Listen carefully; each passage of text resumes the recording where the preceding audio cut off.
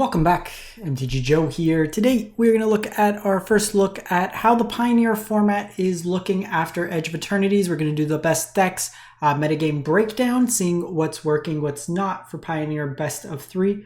I checked best of 1 and it's honestly just all the stock lists. There hasn't been too much innovation there, so we're going to be focusing on best of 3. There's quite a few decks I'm going to cover today. For some of the stock lists, like we'll take a look at like Mono Red, for example, I won't spend too much time on it. These lists have been pretty static week over week. I want to spend a little bit more time on some of the newer lists. So all these deck lists will be timestamped and pasted in the video description. We're getting the data from Untapped, what you see on the screen. If you want to use Untapped, link is in the video description. So you can get started today with them and track your own games, stuff like that. And then hopefully by next week, best of 1, we get a little bit more details. We are trying to get to 20,000 subs on the channel by the end of summer. We're like 1,400 away. So if you haven't subbed, it's free, easy, helps out the channel. So greatly appreciated if you can. So let's jump into it. Popularity of the day, Platinum and Mythic. Mono Red is the highest at 13%. Rakdos Mid at about just a shade under 13. Azorius Control at 10. Angels at 7. And Phoenix at 5. The Angels list is like low 50s, so we won't cover it today. But it's been basically the same deck list that we've had for years now, it seems. So we have 6,900 games played for the last week. And the highest win rate deck is Mono Red, so 74%. We got a reprint of Mutavault here, just in case you're wondering what this line is. So if you were missing it before, there's a chance you can open this up in Edge of Eternities. This is basically the banned Mono Red standard deck, Monstrous Rage, Heartfire Hero, the Mice package. But in this format, you also have access to Reckless Rage, really nice card that pairs with either your prowess threats or you can target your own nemesis, deal 4 to a creature, and then redirect 2 damage there, which plays nicely. It's a way to kind of trigger Valiant as well. Monstrous Rage, Kumano in here is kind of the variable cards. Otherwise, you have Ramanap Ruin, 1 Den, 1 Sokuzan, Rockface Village, and the rest of the utility lands. So your standard deck basically ported over, Grafdigger's Cage, anything that's trying to either cast spells from the graveyard or cheat things into play.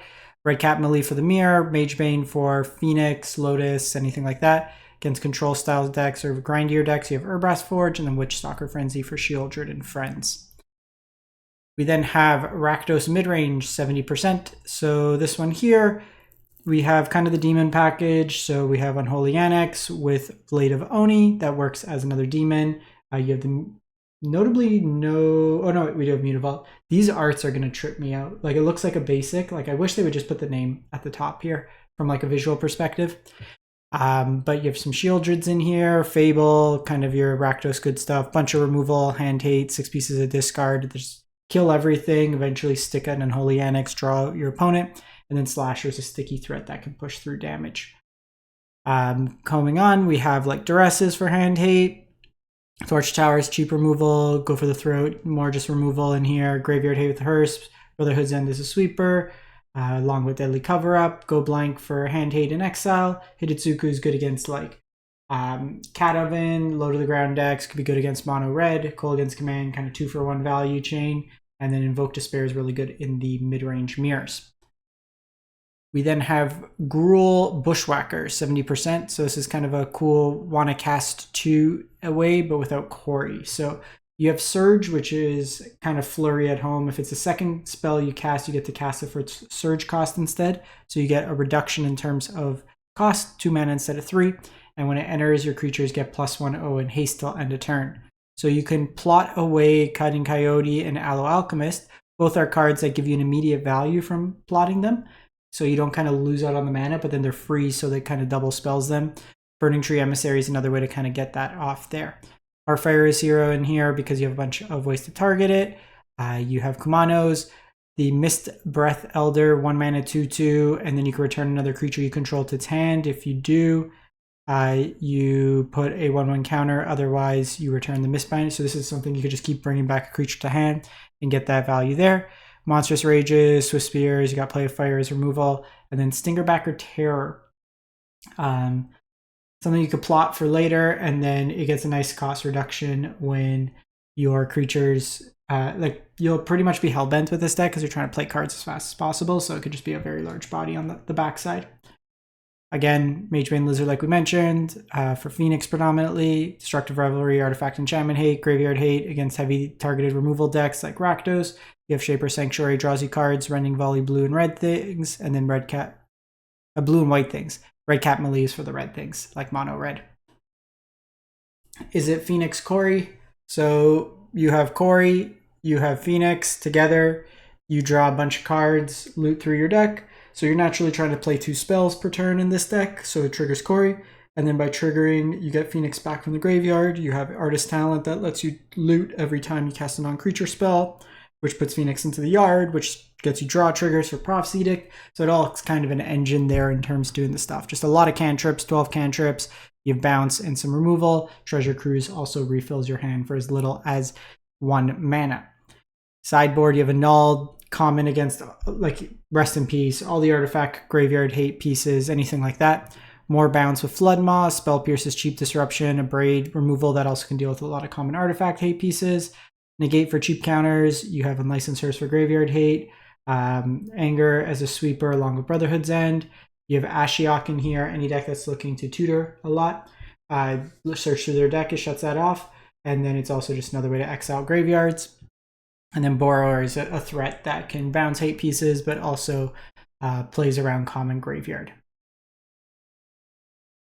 We have Jund Sacrifice. So basically black-red sacrifice. You have an infinite combo. Yurga, 2 Cauldron Familiars, creates an infinite loop. They see themselves as food. They sack them to each other. You get infinite ETBs.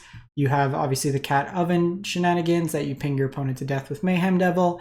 And then Scavenger's Talent eventually levels you up to level 3, where you can self-mill yourself when you sacrifice stuff, and then eventually reanimate Yurga to get the combo going. So it helps you dig to the combo, reanimate key combo pieces, and then win that way there.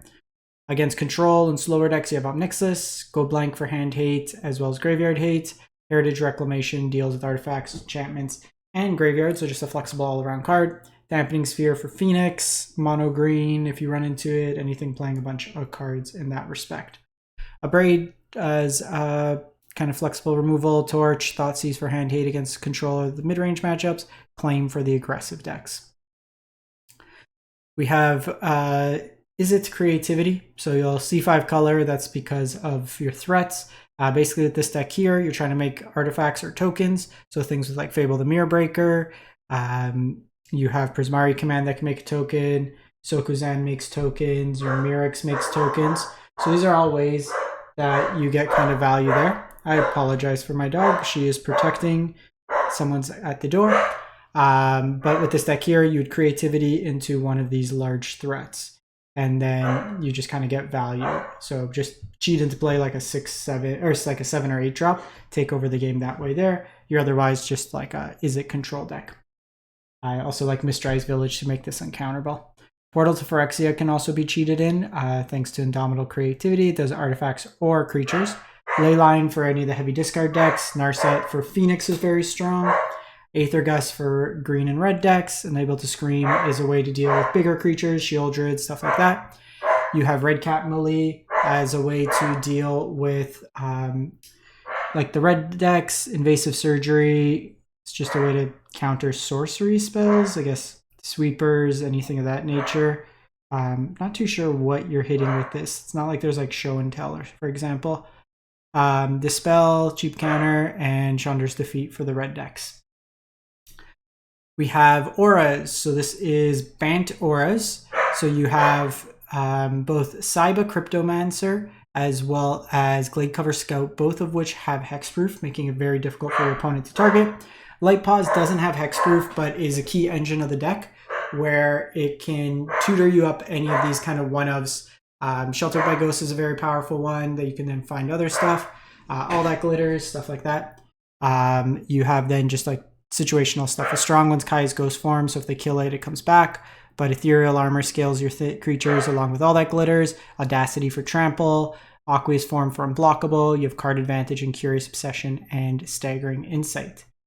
Graveyard Hate and Rest in Peace, Adonto for the heavy targeted removal decks or sweepers, Stubborn Denials, Cheap Counters, Portable Hole is removal in the aggro decks, and Escape Velocity is a recurable way that you can get back a haste enchantment. Then we have Gruul Prowess. So this is Gruul Cori Steel or Mono Red Cori Steel. Basically Gruul in the main board for Questing Druid to get you some advantage. Just bunch cheap 1-drops, Burst Lightnings, Crash Throughs, a cycling card. Just burn kind of prowessy threats, Soulscar Mage, Swift Spear. Basically the old Gruul Prowess deck, but replacing Slick Shot with Cori Steel, and kind of going from there. Nemesis for the Red Mirror, Scorching Shot for Shieldred and Big Things. Heritage, like we've mentioned, along with Pick Your Poison, just flexible removal. Red Cap for the Mirror, Torch cheap removal, and Shaper Sanctuary for the heavy removal decks. Boros Hammer, so 62%. So this deck here got some upgrades, notably with Cloud, Midgar Mercenary, just another way to tutor for equipments. So this is another Cori Steel deck, which gives you some value there. Playing a bunch of different cards, or multiple cheap spells. You are a hammer deck, so Colossal Hammer generally is very costly to equip, but with Sigarda's aid, it allows you to auto-equip it to get around the equip cost. This does also, it's just equipment that it tutors, so it's not, I was wondering if you could tutor the Sheltered. Lauren's Escape for protection along with Skrelv. You have like situational stuff like Shadow Spear. Kemba also allows you to auto-equip, and then gives your creatures a bonus and can be a mana sink. Kazul Toll Collector, it allows us to auto-equip, so it's another way to get around the Colossal Hammer's cost by just having ways to cheat on the equip cost. Kellen is another way to tutor. So this Kellen allows you to tutor the Sheltered by Ghost, and then gives you a bonus in terms of double strike. Wear Terror for Artifact Enchantment Hate, Graveyard Hate and Rest in Peace. Lightning Helix is cheap removal, that gains you some life against the aggressive decks. Surge to protect you against red and black common removal, Portable Hole cheap removal. And Dragonfire Blade gives you hexproof for monocolor, where most of the common removal is monocolor. Azorius Control, so 56%, pretty much stock. We're seeing Temporary Lockdown, Supreme Verdict, One Farewell as a sweeper package. Sometimes you'll see Sunfall, could potentially even see Optima in the future, depending on the prevalence of artifact decks. Cori Steel, that actually seems pretty reasonable. We have Consult the Star charts as another flash speed way to get some card advantage. So fewer Memory Deluge. This can be played on 2 or on 4 with the kicker. Give you some utility there, help you dig very deep into your deck. Winning with Beza, Wandering Emperor, Teferi, or some utility lands, or just your opponent no longer having fun. Technically, you also have a Kahira, so you can just win with Kahira beats. You go Cat Tribal post board, so when your opponent brings out a lot of the removal, you can bring in Regal Caracal, helps you stabilize against some of the more aggressive decks. Same with Beza, cheap counters and Mystical Dispute, Kutsul's Flanker as Graveyard Hate predominantly, Knockout Blow for the aggressive deck, along with Elspeth's Smite, Rest in Peace for Graveyard Hate, and Annul for artifact or enchantment cards. We have Izzet Vivi, so this one here is at 56%. So it's basically Vivi Arcanist with Cori Steel. So these cards here get you some utility, casting it out of your graveyard with the Dreadhorde. Dreadhorde plays nicely with Wild Ride to give it haste. Vivi, obviously at this point, powerhouse in Standard. Scales, pings, generates a whole bunch of mana. You can get Treasure Cruise for some more card advantage, and just a bunch of cheap cantrips, bounce, removal, kind of playing into the Cori Steel archetype. Narset for Phoenix, or kind of like these mirror decks. For blue cards, you have Mystical Dispute, Brazen Borrow, just flexible bounce, some value there. Pyroclasm for the go wide decks, low to the ground like mice. Negate, cheap counters. Blitz of the Thunder Raptor, just scalable damage that can deal with like larger things. A Braid, Artifact Hate, or just cheap damage, along with Chandra's Defeat for red decks, and enabled Screams like for Shieldred, bigger things that you can't normally deal with, Atraxa. So mono black, mid-range, very similar to the Rakdos one. With this deck here, you have cleaner mana, so you're not as susceptible to Sunspine Links. Lets you kind of play more utility lines in Field of Ruin, Castle Lochwain instead. You have Akhlazot's on top end, your main boarding Evoke Despair, you have Liliana's main, Graveyard Trespassers, Murderous Riders, Gifted Aetherborns. So no Fables, but you're playing kind of a different style of grindy mid-range. More Invokes in the side for the mid-range matchups, Leyline for graveyard decks, Kalitas for sack, aggressive decks, stuff like that. Extinction Event as a sweeper along with Meathook Massacre, Withering Torment, removal for creatures that also scales and can hit enchantments. Go Blank like we've mentioned, along with Duress, and Nowhere to Run as cheap removal. One way to deal with the Auras deck. Then a cool one here, Rakdos Weapons. So not the highest win rate, 54, but a cool idea. So we have weapons manufacturing. So whenever a non-token artifact you control enters, you create an artifact token named munitions. When this token leaves the battlefield, deals 2 damage. So you are using things like Honeycult Anvil to sacrifice it to deal 2 damage. Shrapnel Blast can sack it to deal some damage. Same with Deadly Dispute or Legion Extruder. So just cards that have effects that then give you some more value. The Legion Extruder can be removal. Your Cori Steel deck, Clockwork Percussionist replaces itself. You have Synth that replaces itself. So kind of cool strategy here. Omnixus for the more grindy matchups. Graveyard Hate, Combo Hate for like with Stonebrain. Against Phoenix, you have Dampening Sphere. A Braid for cheap removal. Thoughtseize for hand hate. And Fire Magic for the kind of go wide decks. And then lastly, so this is from Beta Brett. They went 40 and 18 to 290 Mythic, and they're playing Boros Legends Aggro.